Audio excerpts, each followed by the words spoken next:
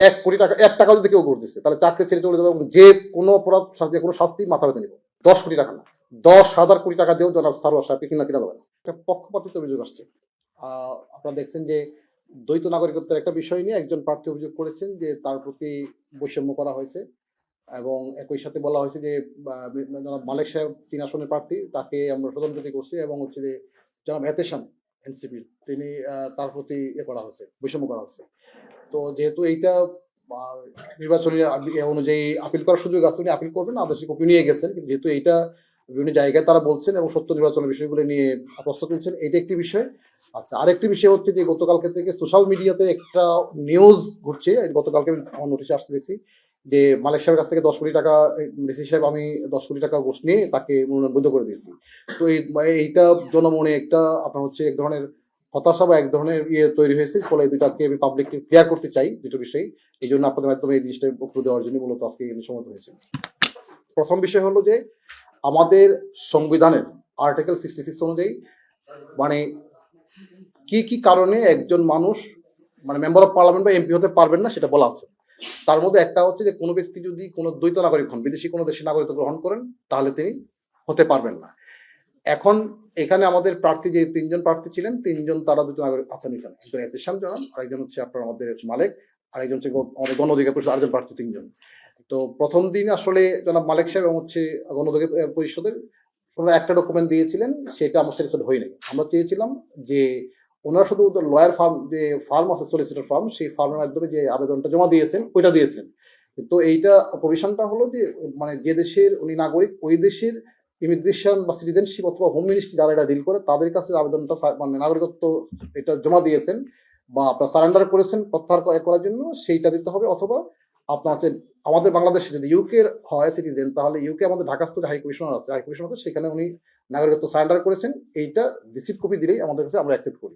এরপর প্রক্রিয়া হলো যে এইটা পরে ভেরিফিকেশন হয়ে পরে আসে। এবং এটার বিষয়টা হলো যে এটা যদি কেউ পাশও করে যায়, পাশ করার পরেও কিন্তু যদি প্রমাণিত হয় যে উনি আসলে দ্বৈত নাগরিকত্ব ওনার আছেন, এবং এটা পাস হওয়ার পরেও কিন্তু এই কারণে ওনার নাগরিকত্ব মানে মেম্বার অফ পার্লামেন্টশিপ বা এমপি হিসেবে উনি হয়ে যাবেন, অবৈধ হয়ে যাবেন, এটা মেম্বারশিপ থাকবে না। এটাই হলো আইন, এটা হলো নিয়ম।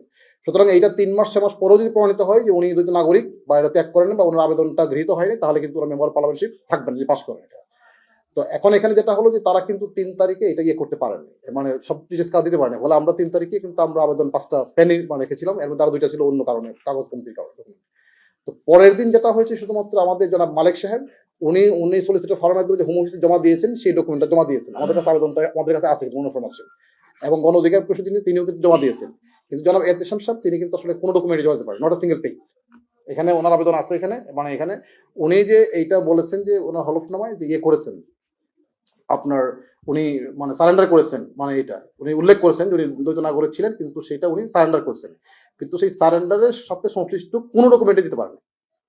তো যেহেতু উনি মানে কোনো ডকুমেন্ট দিতে পারেন নাই, ফলে আমাদের বাধ্য হয়ে কিন্তু আমাদের বিধান মোতাবেক এটাকে বাতিল করতে হয়েছে।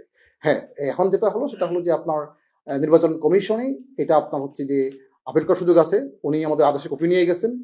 নির্বাচন কমিশন যদি এটা মনে করেন যে না, তারটা পরে বিবেচনা করার জন্য সময় দেন বা মনে করেন ঠিক আছে পাস করার পরে সে কমিশন দিতে পারে, সেটা কমিশন এখতিয়ার। But as a returning officer আমার কাছে যেহেতু কোনো ডকুমেন্ট বা কোনো সাবমিশন বা কোনো কিছু দিতে পারেন নাই, ফলে তাকে কিন্তু বাতিল না করে আমাদের কোনো উপায় ছিল না। সুতরাং এখানে পক্ষপাতিত্বের কোনো অভিযোগই কিন্তু একেবারেই মানে ভিত্তিহীন বলে মনে করি, এটা একটা বিষয়। দ্বিতীয়ত আরেকটা অভিযোগ আসছে খুব মারাত্মক ভাবে, যেটা আসলে আমি অ্যাড্রেস করতে আসলাম যে প্রথম খুব সিলি বিষয়, এখন মনে হচ্ছে না এটা জনগণের মধ্যে সামনে নির্বাচনে এটা করা দরকার, কারণ মানুষের আসলে সরকারের প্রতি আমাদের প্রতি প্রত্যাশা অনেক বেশি। সেটা বলা হচ্ছে যে 10 কোটি টাকা মানে ঘুরে দেওয়া হয়েছে মানে আমাকে বালিশের এখানে। আমি একদম চ্যালেঞ্জ করে বলি এখানে, মানে যদি কেউ প্রমাণ করতে পারে যে 10 কোটি টাকা না, 1 কোটি টাকা 1 টাকা যদি কেউ করতেছে তাহলে চাকরি ছেড়ে চলে যাবে এবং যে কোনো অপরাধ যে কোনো শাস্তি মাথা পেতে নিব। এবং আমি এইটাও বলে দেখো স্ট্রেটলি, 10 কোটি টাকা না, 10,000 কোটি টাকা দিয়েও জনাব সারোয়ার সাহেবকে কিনা দেবে না, এটা বলে দিই। এবং আমি আমার জনগণকে, আমি আমার নাগরিক বন্ধু বিশেষ করে সিলেটবাসীকে এইটুকু আশ্বস্ত করতে চাই যে জনাব সারোয়ার সাহেব কোনো দুর্নীতি করেন না এবং করতে দেয় না। সুতরাং 10 কোটি হোক 5 কোটি হোক, দয়া করে এইটাতে আপনাকে বিভ্রান্ত হবেন না এবং আপনাকে হতাশাগ্রস্ত হবেন না, এবং এই ধরনের ফেক নিউজ যারা ছড়ায় তাদের বিরুদ্ধে আপনার ব্যবস্থা নেবেন। আমরা দেখছি এটা কি আইনগত ব্যবস্থা নেওয়া হবে, কারণ এটা দিয়ে এক ধরনের গোলা বানাতে মাস শেখার চেষ্টা করা হচ্ছে। একই সাথে মানুষের মধ্যে নির্বাচন বিষয়টাই নিয়ে একজন বিভ্রান্ত তৈরি করা হচ্ছে যে প্রশাসন কারোর প্রতি বায়াস কিনা বা রিটার্নিং অফিসাররা কারো দিকে পক্ষপাতিত্ব করছে কিনা এবং নির্বাচন আসলে আদৌ সুস্থ হবে কিনা, এই সমস্ত একটা ভুল মেসেজ কিন্তু বার্তা কিন্তু মানুষের মধ্যে দেওয়া হচ্ছে। সুতরাং আমরা এটুকু আশ্বস্ত করতে চাই আমাদের সম্মানিত ভোটারদেরকে, নাগরিকবৃন্দদেরকে, যে না, আমরা যে কোনো মূল্যে একটা সত্য নির্বাচন আমরা উপহার দিতে চাই। এবং আমি এই খুব দৃঢ় কণ্ঠে বলতে পারি, সেটা হলো যে এইখানে কোনো লেনদেনে কোনো প্রশ্নই আসে না, এবং এই ধরনের কোনো কথাবার্তা কোনো প্রশ্নই আসে না। সুতরাং যারা এটা করছে, অপপ্রচার চালাচ্ছেন যে গোষ্ঠী, তাদেরকে অনুরোধ করব দয়া করে আপনারা এই জাতির সামনে ইলেকশন, এটাকে আপনি বিভ্রান্ত করবেন না, এটা করবেন না। যদি কারো কাছে কোনো স্পেসিফিক কোনো তথ্য প্রমাণ থাকে, দয়া করে তথ্য প্রমাণ সহ আপনি আপনার যেখানে দেওয়া দরকার সেখানে আপনি বলবেন, কিন্তু মানুষের সামনে আমাদের ইমেজ খারাপ করবেন না, এবং মানুষের সামনে সরকার এবং প্রশাসন সম্পর্কে কোনো ভুল তথ্য উপস্থাপন করবেন দয়া করে, এইটা অনুরোধ থাকবে। আর এই ফেক নিউজগুলি যারা ছড়ায় তাদের বিরুদ্ধে আমি আশা করি একটা সামাজিকভাবে সবাই সোচ্চার থাকবে। শুধু মূলত এই বার্তাটা দেওয়ার জন্য আসলে আপনাদের কষ্ট করে এখানে নিয়ে আসছে এটা। এবং আমি নিশ্চয়ই আপনাদের খেয়াল করবেন যে আমি এখানে যোগদান করার পরে যেটা হলো যে আমাদের কাজকর্ম সম্পর্কে নিশ্চয়ই আপনার ওয়াকিফাল। আমরা কি কাজ করি, কোথায় খাই, কোথায় ঘুমাই, এভরিথিং মোটামুটি সবাই কিন্তু কম বেশি জানে। সুতরাং এই ধরনের একটা মানে একদম অনাকাঙ্ক্ষিত একটা ফেক নিউজ মানে সারা বাংলাদেশ ছড়িয়ে দিচ্ছেন, এবং লোকজনের মধ্যে অনেকেই খুব আপসেট যে সারোয়ার সাহেবের বিরুদ্ধে এই ধরনের একটা নিউজ ছড়াবে, এটা কেউ ভাবতে পারে না। আমিও খুব অবাক হয়েছি যে আমার এগেনস্ট একটা নিউজ দিয়ে এরকম ফেক মিডিয়া, সোশ্যাল মিডিয়া ছড়াবে, এটা আমি কখনো চিন্তা করতে পারি না। বাট যে কোয়ার্টার এটা করছেন, দয়া করে কাজটাকে করবেন না। কারণ সামনে আমাদের জাতীয় নির্বাচন, এই নির্বাচনটা সঠিকভাবে সুন্দর করে স্বচ্ছভাবে আমাদেরকে করতে দিন। আমরা চাই সকলের সহযোগিতা, যাতে করে একটা সুন্দর নির্বাচন আমরা উপহার দিতে পারি। দয়া করে এই ধরনের কোনো ফেক নিউজ যাতে কেউ না ছড়ায়, এটা অনুরোধ থাকবে।